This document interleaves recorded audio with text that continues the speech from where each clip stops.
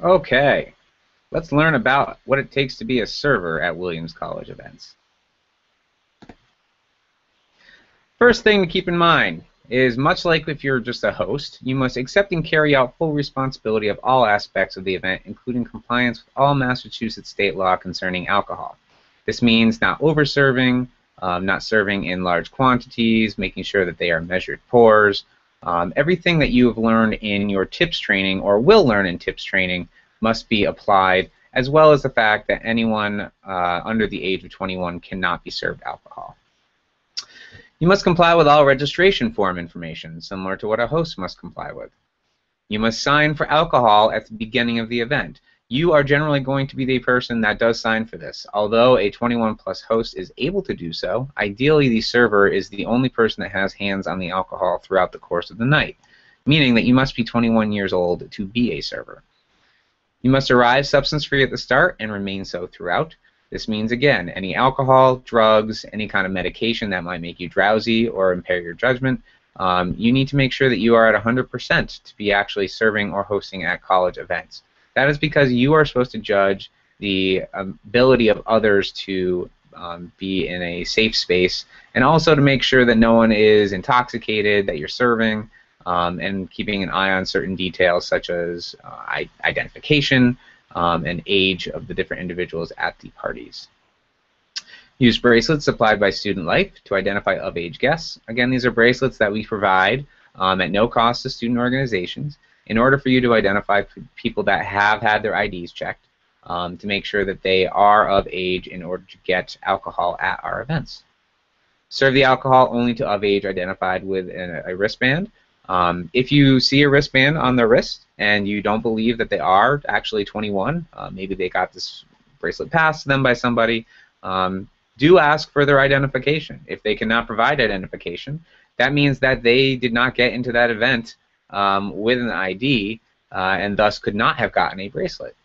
There's simple ways to catch if people are trying to get alcohol who are underage, and it's important for you to catch those to make sure that you are not taking on the liability of underage serving. Monitor and control alcohol service and use. You are the primary source of alcohol at these events. It's really important that you're monitoring and controlling alcohol service. You don't want to be serving too quickly to individuals. You want to make sure people don't have 2 drinks at a time, aren't playing drinking games, handing off drinks, etc. So keeping an eye on the people that you've served and making sure that you're keeping track of how many times you've served them can be really important. Using standard cup sizes or smaller, so 12 ounces for beer and 5 ounces for wine. To give a point of reference, a 12-ounce beer cup are those translucent plastic cups usually. They're about 4 inches tall and about 3 inches wide at the top. You see them a lot at water fountains, things like that. Those tend to be 12-ounce cups. 5 ounce for wine tend to be those short, stout, crystal clear cups that you see at events many times. Those are usually measured out to be about 5 ounces. If you use the right size cup, you don't have to worry about over-serving. If you use larger cups, chances are you might end up over-pouring and subsequently serving more than 1 serving at a time, which is not in compliance with Massachusetts state law. So to ensure that you're actually doing the correct pour, it's really key to make sure you have the right containers to serve in. Prevent minors from drinking alcohol. Any way possible that you can prevent this, please utilize it. This might be putting hatch marks on people's hands for the number of drinks they've received. It might be keeping an eye on folks to make sure that they aren't passing drinks throughout the crowd. And if you do see that kind of activity, although you're not allowed to leave the bar, do identify that person to a host or campus safety and make sure that the drinks are removed from them and potentially them from the space if they are not compliant. Prevent alcohol from being passed to minors. Fairly straightforward, but not readily easy to see. So make sure that you are keeping an eye on the way that things are moving throughout the room. This includes people, it includes cups, and also making sure that if you do see someone who is underage without a bracelet drinking out of a cup that you know had alcohol in it, to bring attention to that and make sure that they are confronted about that situation. Prevent intoxicated persons from drinking more alcohol. There are going to be cases at points where intoxicated individuals are in your events. They are not ideal. We do not want to see intoxication at Williams College events. However, when those instances do occur, you need to ensure that you are not serving them any more alcohol. If you are serving them alcohol and they are intoxicated, and any kind of issue arises because of their intoxication, this means any kind of damage, harm to themselves or others, etc., the liability does come back on you as the individual that served them that alcohol.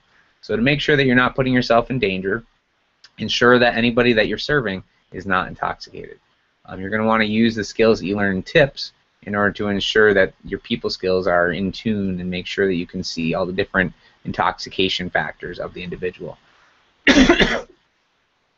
Ensure a secure area for the alcohol. As you'll see below, there is a schematic for what a bar could look like. It's important for you to have an actual structure around you, and you're not just serving free-flowing from the center of a room in particular. You do not want people to be able to get hands on the alcohol unless you are specifically handing it to them. Ensure that any guest whose behavior is disruptive or creates an unsafe environment, or anyone who fails to comply with you in your role as a server, will be required to leave the event, enlisting the aid of campus safety if necessary. Another standard rule of order here. We want to make sure that if someone is being disruptive or potentially unsafe, that they're removed from the space. You may be able to suggest to them to leave, but if you need to, enlist campus safety, as they are able to use physical restraint to remove someone from an area. Remove any guest from the event who fails to comply with Massachusetts law. Again, very important factor here. And enlist the aid of campus safety when necessary to ensure compliance with Massachusetts law. This could be everything from turning down the music to actually taking someone out of the space who's either hurt, causing trouble, underage drinking and refusing to comply, etc. Campus safety is your go-to source to just give a call so they can help out. Slow service at the end of the event. This is a really important thing. Unfortunately, what tends to be the natural action is that when you see that there's half of a keg left, for instance, and there's only 45 minutes left of your event, somebody wants you to pour faster. This is because they don't want to see the alcohol go to waste. Unfortunately, this creates unsafe serving situations, and we don't want to see that at events.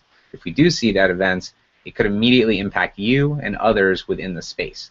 What we want to see is that you're actually slowing service at the end of the night so that you're not giving too much alcohol to individuals who may be or become intoxicated.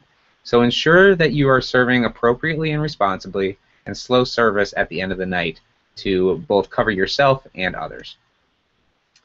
Carry out additional tasks and responsibilities as assigned by the event coordinator. This person is really the point person of the event. It's their event, or they're the representative assigned by the person whose event it is, and it's really key to make sure that this thing goes off without a hitch. So in order to do so, do those duties as assigned. It might not be the ideal situation. It might mean cleaning up. It might mean moving some furniture that you hadn't planned on moving. But as long as you can do that activity, please do it. If you have issues with it later, feel free to approach our office to discuss at a later point in time. Ensure that the event site is cleaned up and furniture is placed back in its original locations. This can always lead to issues with student organizations. If a site is not cleaned up, or if furniture is left scattered around, facilities then has to come in and move it back. This gets charged to the organization who held the event in the space, not to you. So, if you don't do your job, the organization has to pay extra to make up for your lack of responsibility. And finally, assist campus safety to secure alcohol and containers at the end of the event. You are the person who should be the only one touching the alcohol throughout the course of the night, besides campus safety. So, at the end of the night, make sure that you're helping to secure the alcohol and containers, and that campus safety assists you in locking it up. Thank you.